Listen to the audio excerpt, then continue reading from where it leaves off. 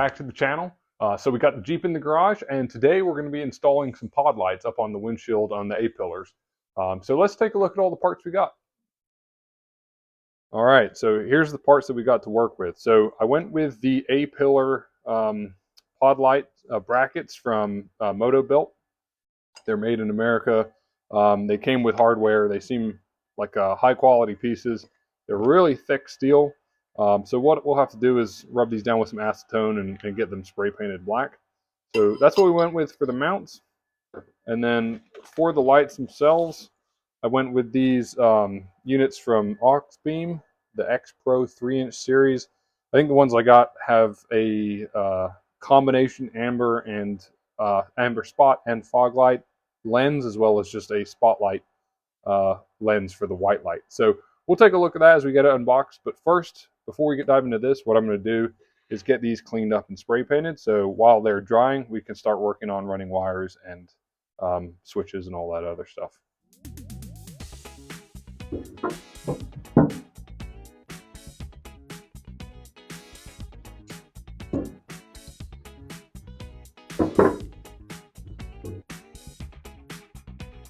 All right, I just got some Rust-Oleum gloss black, so we'll get these painted.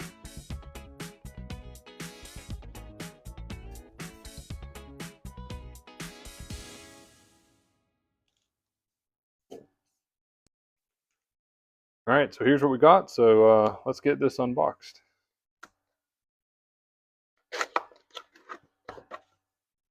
My plan is to get all the wiring done first. That way when the mounting brackets are all dried from the paint, I can just go ahead and install them. And the last thing I'll have to do is just plug the lights in. So that's the plan. We'll see how it goes. So looks like these are the clear covers for if you just want to run a white spotlight. You can see we've got the amber lights with kind of the combination spot and then fog down low. These will probably look pretty cool, but I will probably just end up using the white lenses just for functionality, but the amber certainly look cool. So we got two lights. They've got plugs at the ends of them. So this will plug straight into the wiring harness that came with it. Here's the wiring harness, and here's the mounting bracket. So we'll set this aside because we'll need these last. Set the box aside. And let's get this wiring harness open. All right, so what we have is a relay with a positive and negative wire that will need to go to the battery. So we'll mount the relay up close to the battery, get these two ring terminals installed. I won't install them just yet, but we'll get the relay mounted up close to the battery. And then we have 3 wires coming away from the relay. 2 of them go to the lights themselves. So there is, you can see these 2 pigtails here. These are for the lights. And then the other wire coming from the relay is for the switch. So this will get mounted in the cab of the Jeep. So what I'll probably do first is get the relay mounted and then try and figure out where I'm going to snake these wires to each side, to each A-pillar, and then figure out how I'm gonna get this switch mounted. So we'll jump over to the cab of the Jeep and start playing around there. All right, so I've been spending a little bit of time thinking about how I'm going to run these wires up under the hood. First thing, I'm going to mount the relay here. I'm going to remove this screw, mount the relay here. Obviously run the positive and negative to the battery. And then for the switch and both of the lights, I'm going to run the wires from the relay kind of back behind the battery tray, up along the firewall, and then go through where this rubber grommet is here. From there, jumping into the cab, the wires will come out kind of up under here somewhere. I'll run the switch over to this blank panel here. I'll cut a hole and I'll mount the switch for the lights on here. And then each of the wires for the lights will run up under the dash. Out behind this speaker panel, this is pretty thin metal. There's a little bit of a gap as is, but I'm going to loosen it to where I can run the wire up under there behind it. And then the wires will come around and up to to the mounts here on the A-pillar.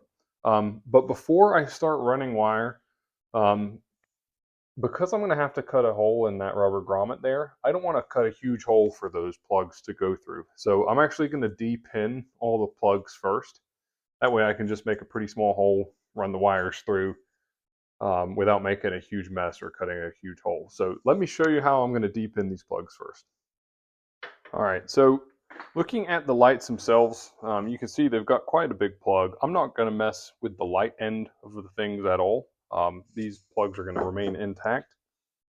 But on the wiring harness side of things, so first for the switch, we have this plug here and then a switch. So first thing, I'm going to remove the switch portion. I'm not going to mess with this at all. I will set this aside with the lights.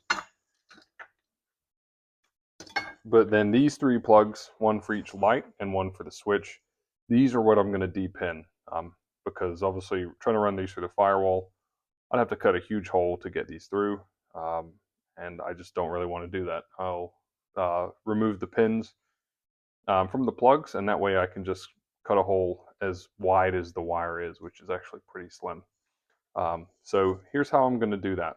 On these white pins, I was playing around with a little bit, and seems pretty simple to remove them. So this is just a nail from a nail gun, just a little brad nail. I think it's like an 18 gauge. I found that if I kind of stick this on the top side of the plug, push in, then I can just remove the pins. Now, I will say, don't do as I'm doing. This will probably ruin any kind of warranty with Auxbeam. You might damage stuff. So don't do this, but here's what I'm doing. Do it again for the red wire. Go, pin is out. And then finally the yellow wire. So that allowed me to de-pin this plug here. And like I said, now I just have to fish this through, which is much smaller than that plug. These other plugs for the lights themselves, they're a little bit more tricky, but really not bad at all. So get this close. You can kind of see here, there's like a slot for like a screwdriver or something to remove this cap. So stick my flathead screwdriver in here, kind of work it around a little bit, and then it pops right out. And then flip across the room. But here you go. That's all it is. The little plug there. Now you can see the pins. I can't show you because of the lighting, I don't think, but down in this hole right here, there's a little retainer holding the wire in. If I take my fancy de-pinning brad nail again, I can push this down here, and I can move the little retaining clip out of the way.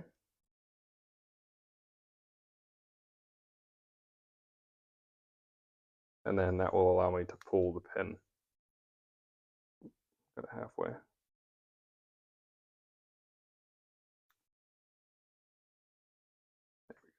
Get that pin out. And let me do this second one here, same way. There we go. So there is that plug removed, and again, much easier to fish this wire through. So I'll do the other plug, and then I'll cut my hole and I'll start fishing these wires. All right, I have my 3 de-pinned wires. So I'm going to go ahead and mount the relay up here, and then I'll get these wires starting to fish through the firewall and that grommet there. But I'm going to put y'all on a time lapse so we could speed this up, and I'll meet you guys on the other side of getting these wires pulled through the firewall.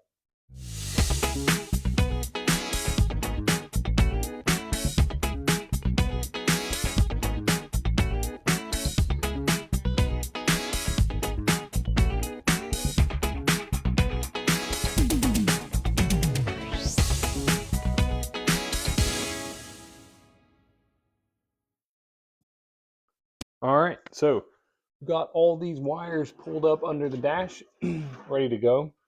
Before I start running them to where they're going to be, I'm going to switch gears and get our light brackets mounted. So I'll have to take out these 2 bolts on either side. They're a Torx bit. I'm not sure what size. But we'll get these taken out and the brackets mounted. That way we know kind of where our plug for the lights is going to end up. I think it'll just make it a little bit easier for knowing kind of where that connection point's going to happen and how much wire we'll need. So let me get to started taking these two bolts out, and then we'll get this bracket mounted up. All right, so I got my T40 bit here. Let's see if these will break free without having to use heat or additional penetrating oil.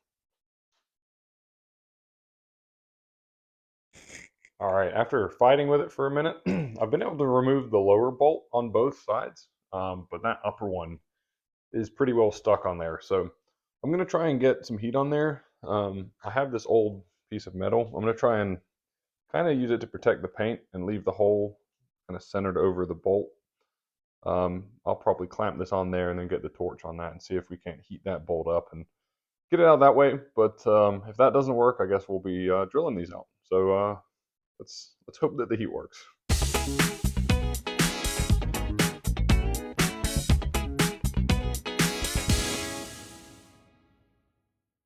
All right, so I was able to get both the bolts out over there. On this side, I actually had to weld this nut to the bolt as the threads all stripped out. But now I can get this one out. This is cooled now. But had to weld on that to get that one out. So now that we have both things out, we're going to get the brackets mounted up. The Motobilt kit did come with new hardware, so that is good news. So obviously we won't be reusing this. So let me get these two brackets mounted up, and then we'll get the lights installed.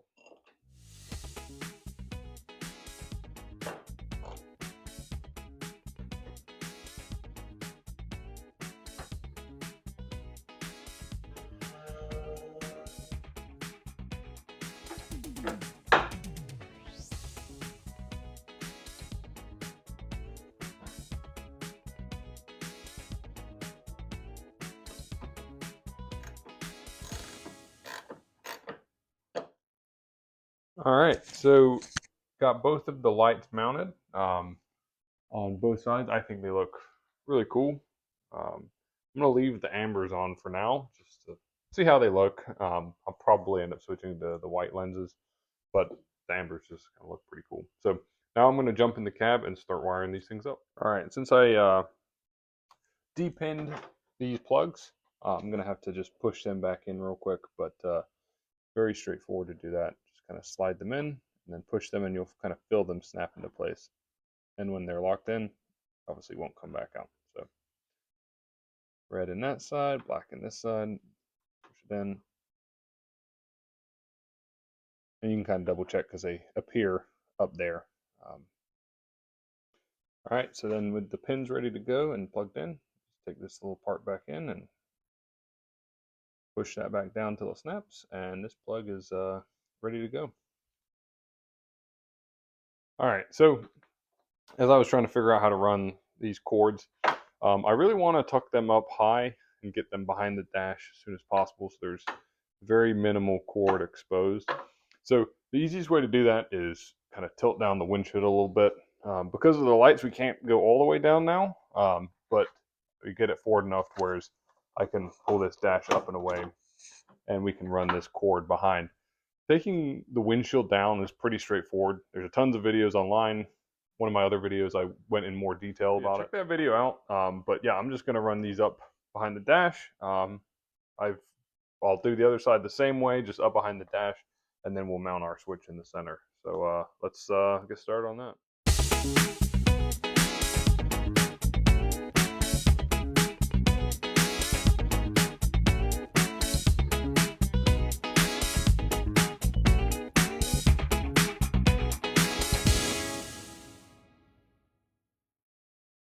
All right, so I got the wires kind of tentatively run. Everything's kind of back together, but obviously not bolted up. But I went ahead and hooked the battery back up, and you can see I have my switch mounted here. So let's flip it and see what happens. Oh, wow, those are bright. Those are bright. They look good though. Alrighty, now that everything's working, I'll get everything buttoned up and get everything put back together. And then I'm going to take it out tonight, and we'll see how these lights do at night. So I'll see you there.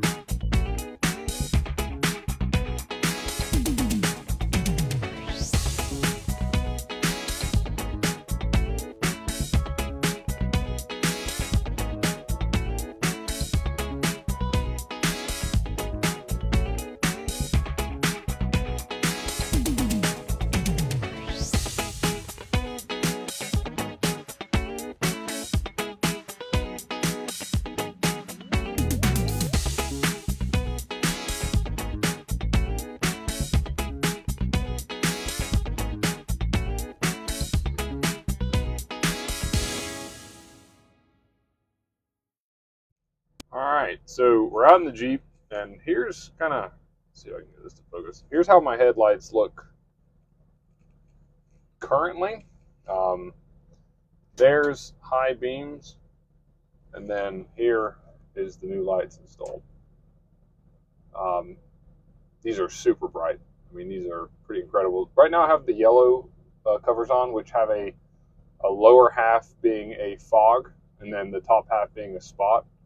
I think I need to adjust them a little more, but man, you can really see kind of off to the side how much our visibility improves. And that's really kind of what I got these for is, you know, when I'm going hunting or something early in the morning, being able to have these on those dark backcountry roads where, you know, there's deer and other wildlife coming out, and just have a little bit better visibility. So I'm super happy with how these turned out, and I'll get some shots of outside the vehicle. So here's another view on a darker section of road. So there's regular lights, high beams, and then our new lights. And you can see the difference there. Back to regular. Really, these are like two old school flashlights on the front. They're not very good. I think the phone makes it look a little bit better, brightens it up a lot, but yeah, these new lights are super impressive. All right, so here's the regular lights. See how that looks. That's high beams.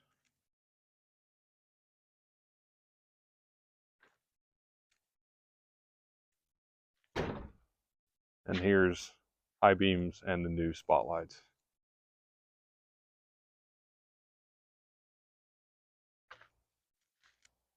Very cool looking. And this is the flood on the bottom half, and then spot up top combination. So yeah, super happy with how these look.